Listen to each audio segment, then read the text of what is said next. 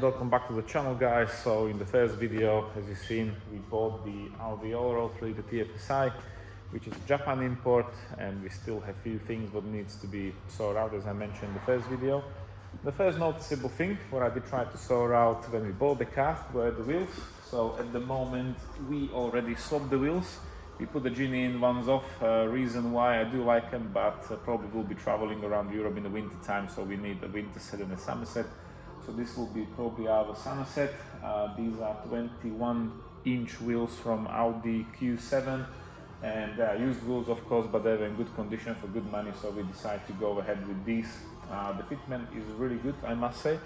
I do like it, and obviously the Q7 have a different tire fitment. So originally they came with 285 40 21, and they look like a bit of a balloon, so we decided to go for a different size of a tire, especially they were not legal and they just didn't really fit into the arches. So at the moment we are running Kumho tires, which are 255 40 21, and I must say if I have to compare these tires to the budget ones, which were fitted to the original alloys, they are 2023 tires, but basically because they're really cheap, they were a bit noisy, especially on the higher speeds, and around that 60 miles per hour there was a slight vibration. So I'm not sure if those wheels were not balanced properly or something happened, but these are absolutely amazing for now. So I must say I'm quite happy with the whole setup, how it looks. There is a slight problem. I'm not sure what's going on with the air suspension, if somebody was messing about with it, but that front wheel compared to the back is much lower. The car's in the comfort right now, and if I put it in dynamic, that tire is almost touching the arch. So we will have to adapt the suspension with VCDS, and I managed to also get some other things. So as I mentioned in the first video, the headliner is basically bright material, which is a bit dirty and it's sucking at the same time. I know some people are saying it's out of transition, and it's common that these headliners are basically falling down. But if you have a look at this plastic without the wipers, it's usually, it should be black, and it's mostly grey now. So I'm assuming that the car was standing somewhere on loads of sun, and basically the roof overheated, which means the headliner start coming down a bit. So I was shopping on eBay, and I did manage to find a guy who was breaking cars. So we have all the S-Line, all the black edition stuff for the headliner with all the plastic covers and sun visors. So we decided to actually go not for a black material, but we will probably go Alcantara. So we will see. The shop which will be doing it is available soon as in 2 weeks time. So not really using the car till then too much. However, I will have to go to Cambridge tomorrow, probably, because nobody's able to do the MMI. We did manage to solve the language. It was just a matter of settings. So we went from Japan to English, which is good. We will also keep the original cluster in kilometers. I managed to change the digital one in the middle for miles per hour, which is easier for us to drive in the UK, especially because you don't have to be calculating all the time kilometers to miles per hour.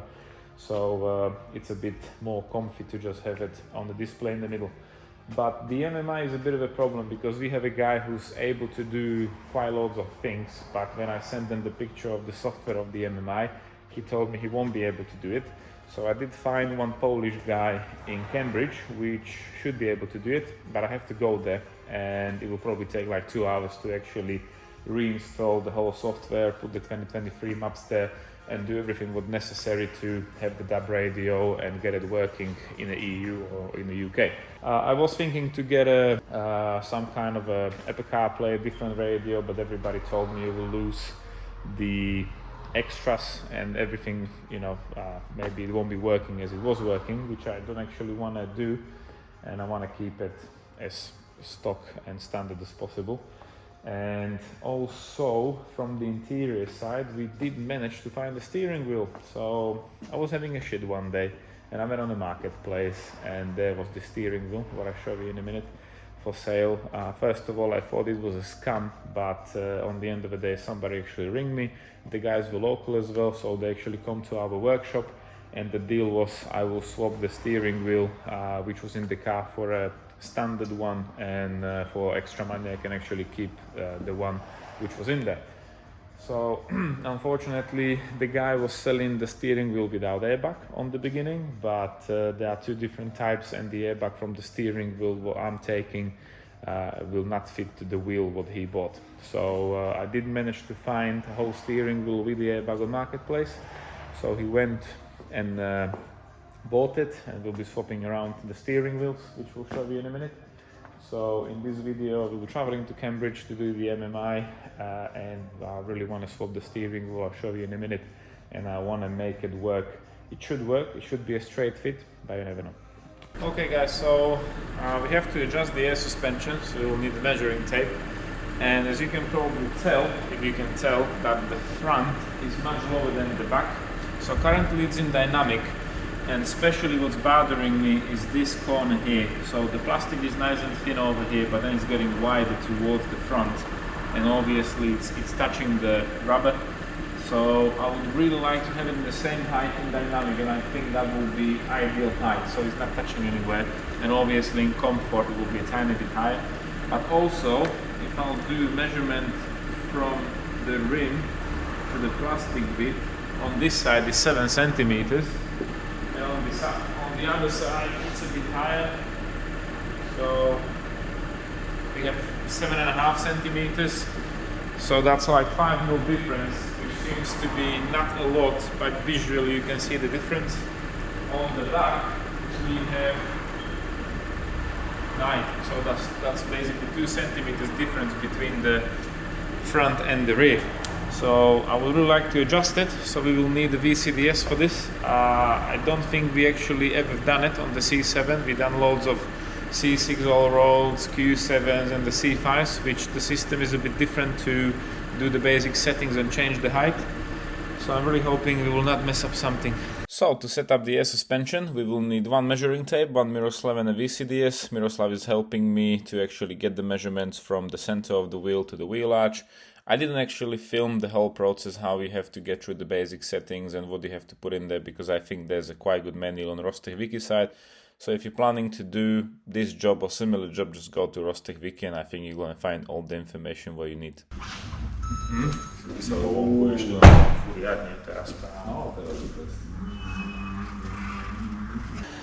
Okay guys, so I done the basic settings. Miroslav's in the car helping me out in this beautiful evening. So at the moment we are at the highest level, yeah? So this is the highest level, and let's try to go to dynamic straight away. So on the highest level you can easily put your hand in there, and as I mentioned, you see this edge here, and it's already scratched how the wheels touch it on the edge. But I think the basic setting done the magic, because it also shows on the VCDS that there was a fault with this sensor, like there was a mechanical malfunction. And after I done all the basic setting steps what were necessary to basically unlock the basic setting to put the new values, the fault was clear, didn't come on.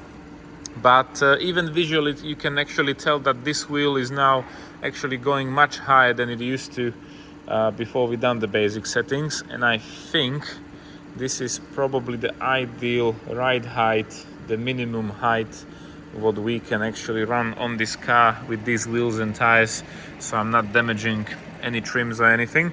Don't worry about that, that will be sorted. And I think it looks cool as well. Try to turn the wheel left to right. Yeah, small clearance. Okay, other side. Yeah, left. Yeah, I think it's cool.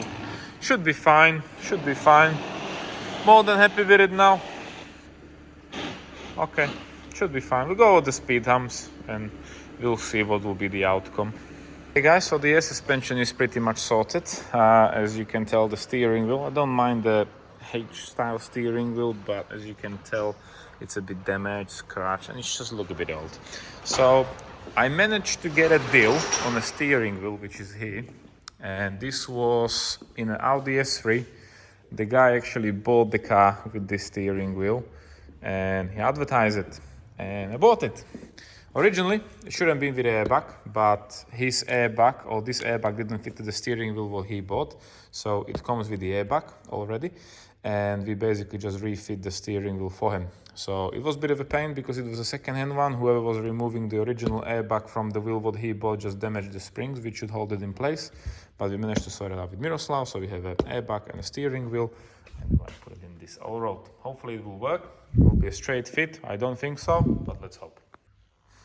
And the moment of truth, the new steering wheel is coming on, which looks absolutely amazing, but there's no point because it doesn't work. The reason why it doesn't work, because it's from a new car, so you have a different interference. So unfortunately I have to stick with the old now for now.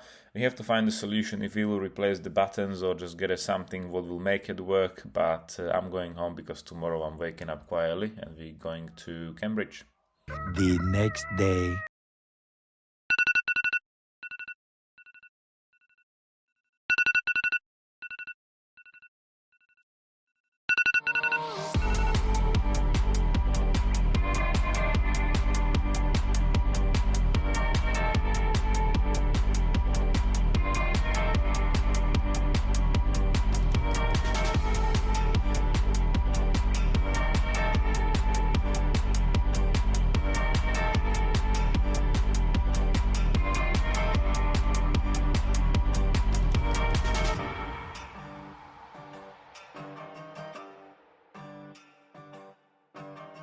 Beautiful morning.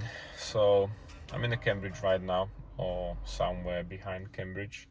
I did manage to find this gent on eBay.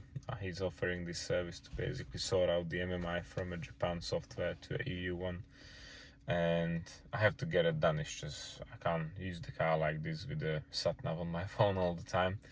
So he will basically change the software, upload all the MMI and maps and everything, so it should be fully working system. And I did enjoy the drive to Cambridge. It was like 2 hours. Consumption wasn't that bad. It's showing me 8.7 liters for 100 kilometers, which is probably 37-ish mpg. I don't know, do the calculations. And the air suspension is working fine, but when I switch it to efficiency mode and it automatically lowered the suspension height to a dynamic height, when I went over like a hump on the motorway, I did hear the back touching the arches a bit. So I think we will have to go up by at least 5 millimeters on the dynamic position, so that will have to be reset it up. Yesterday we finished a bit late because we obviously had the guy with the steering wheel coming down, and it was a bit of a pain because the replacement steering wheel, I know who was removing it, and I'm not surprised how it looks like. It was a bit damaged from inside, and the locking mechanism was missing, so we have to make the locking mechanism for the airbag to actually fit onto the steering wheel. So that took us probably 2 hours with Miroslav. Then we were a bit impatient and we want to fit the new steering wheel onto the Allroad. And I knew there will be an issue because obviously this is an old interference steering wheel, so the buttons have like a own ECU, let's call it. All the electronics inside is a different communication compared to the old one. So we were messing about with these steering wheels, fully stripped them down. It looks like absolute mess, and I was thinking how I will change these buttons from this steering wheel to the other steering wheel so I can still use them. I think we can implement them in, which wouldn't be a problem, but it will be labor-wise more difficult, and I just don't really want to strip the steering wheel down if I don't have to. So Miroslav then went on the internet and he found we can get some kind of a decoder from US. So it will be plugged in between the looms, and it should basically change the signal from the new buttons to old style buttons, and it should work as a direct fit to this car, which will be the next step, of course. But meanwhile, like I said, we are in Cambridge. We are waiting for the gent to actually sort out the MMI. And the situation with the MMI is quite simple. Well, the sat-nav is not working at all. You can see the current position is outside the digitalized area, which means the car still wants to be in Japan. Radio, I have only like 2 stations there. That's not working. I didn't manage to change the language, which was pretty much easy thing.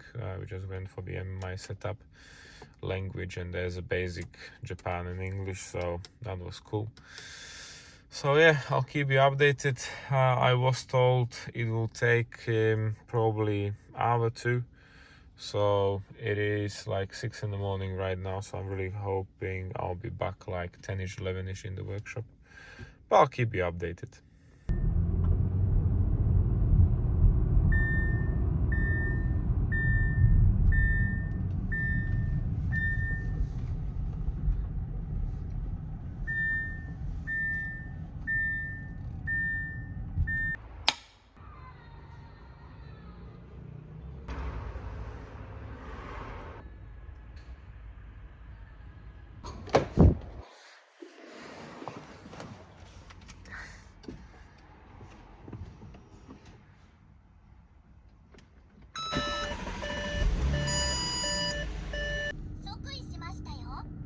Meanwhile, we put the PG flash into the oil. I can actually show you the MMI, what Mr. Fabian done for us.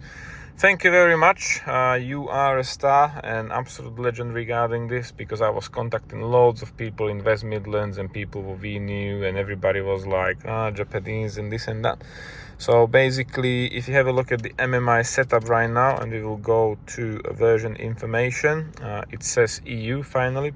Previously it was JP, like Japan. So Fabian actually done a full software update. The MMI was fully removed. I was a bit shocked. He jumped in the car, put the lever in the back, rip everything out in a good way. I think he was doing it quite a few times before. And yeah, it's just take everything out, plug it on his bench basically, get it all done, and everything is working fine. So finally I have a sat nav which is showing my position.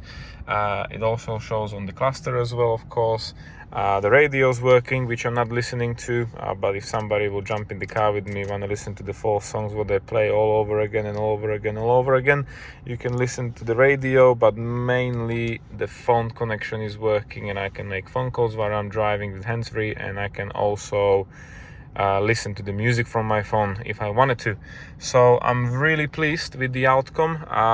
Fabian was actually prepared because he has an advertisement on eBay that he do these sort of things, and he get prepared everything. So when I arrived there, he just get it all done in like 30-40 minutes, and everything was sorted.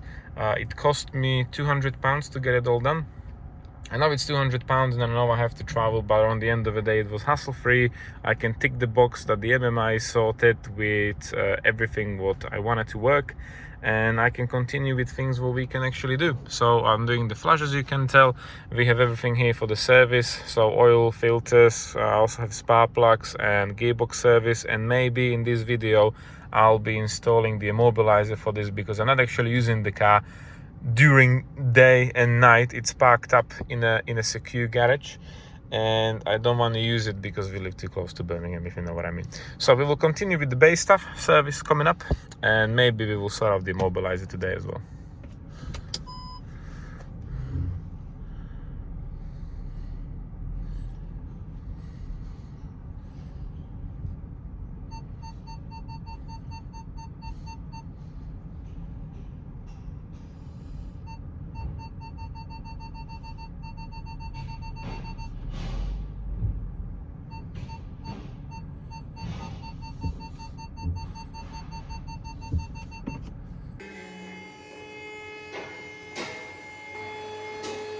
Okay, so we have the car on the ramp again after a bit of a mileage was done. So we checked with Miroslav, everything, nothing seems to be leaking, everything seems to be in place. However, this sound is worrying me a bit, because I thought that the chains are rattling, but on the end of the day it's just the exhaust.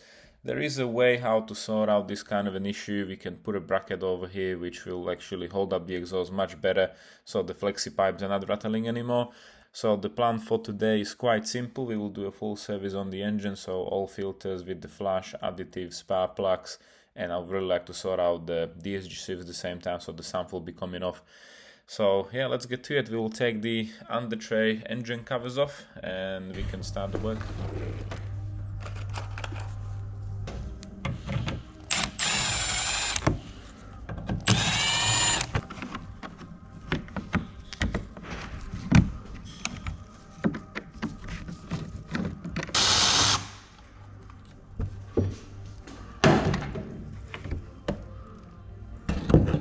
Full. So I removed the cover, guys, and I'm completely shocked how the engine looks like.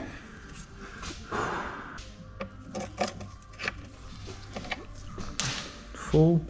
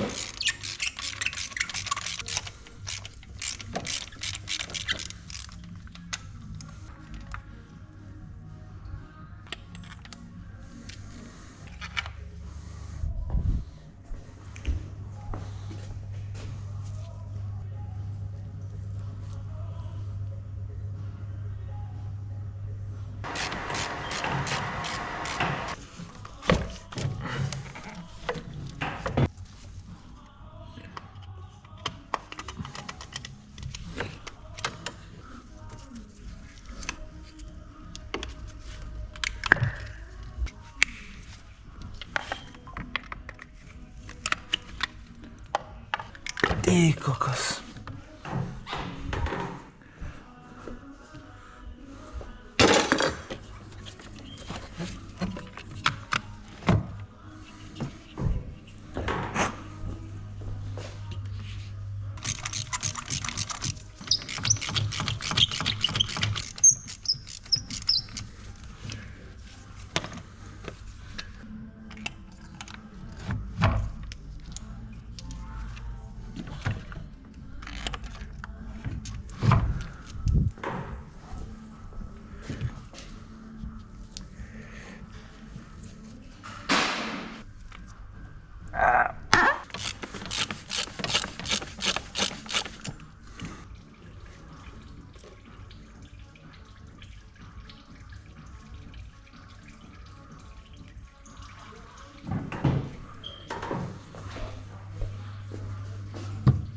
Quick update. Engine, everything is very clean, which I'm really pleased with. The only thing what I was a bit scared when I tried to drain the oil out, the drain plug wasn't tied like too much, so I almost like loosened it with a bare hand, but it wasn't leaking oil, so that's fine. Spark plugs were taken out, and I'm not sure if they ever replaced or they ever not replaced since. They should be replaced every 40,000, but these are still genuine plugs, so maybe if they ever replaced, with genuine. Nobody knows. It's really hard to find out from the service history because it's all in the funny language which I don't understand, but obviously there are loads of stamps in the book, but I have no idea what was done. Just to be sure, we will replace the spark plug, so from now on I know we can do easily 30-40,000 miles. When it comes to oil filter, it looks pretty good. It's not squeezed like an old SpongeBob. The Japan service was using a MAN filter, same as the air filter. This is from 2018. It doesn't look that bad. I don't think the car have done too many mileage, so the filter looks pretty much good. I have to clean up the airbox because that's a bit of a lives inside there. And while we have everything out, I would like to check the compressions, so we will use this opportunity to actually put the new oil filter back in there, sand plug from the bottom, put the additive with oil, and we will basically crank the engine with new oil, so it will build up the oil pressure on the chain so they will not rattle, and at the same time we'll check the compressions. So that's the next step. But yeah, still pleased how the car looks like from underneath, from the engine and everywhere, so quite happy.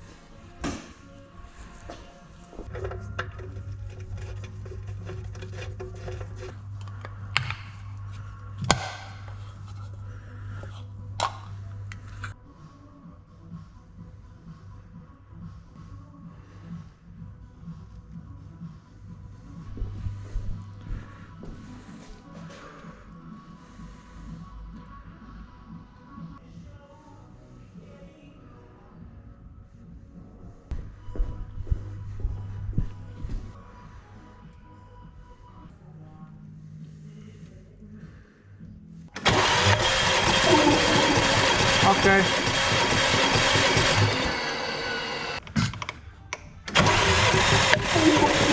Okay. Okay. Okay, okay, okay. Okay, okay, okay, okay. Okay, okay, okay, okay, okay, okay, okay. Okay, okay, okay, okay, okay. Full. So all of them have over 13 bars. Sounds all right to me. Stage 2 plus coming soon. Lower the compression a bit.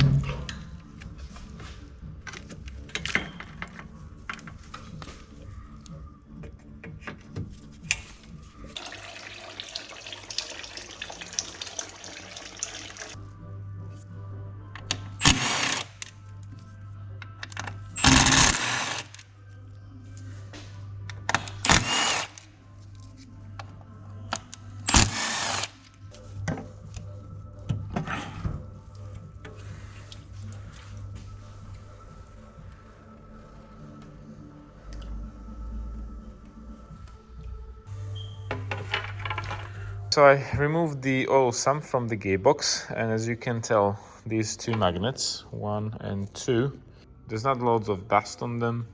So I reckon the gearbox service was done quite recently, or it was done maybe even a few times. Like I said, it's really hard to read it out from the service history. There is a bit of a dirt on the gasket, so I'm not saying it was done a month ago. This car was definitely driven a bit, because you can see all the dirt or the dust which is sitting on the edge. But anyways, we will put a new gasket, we will replace the magnets, and we have to replace the strainer, which is in the gearbox over here, and also there's a filter on the side of the gearbox right over there. So we will clean up everything and we'll put new stuff on.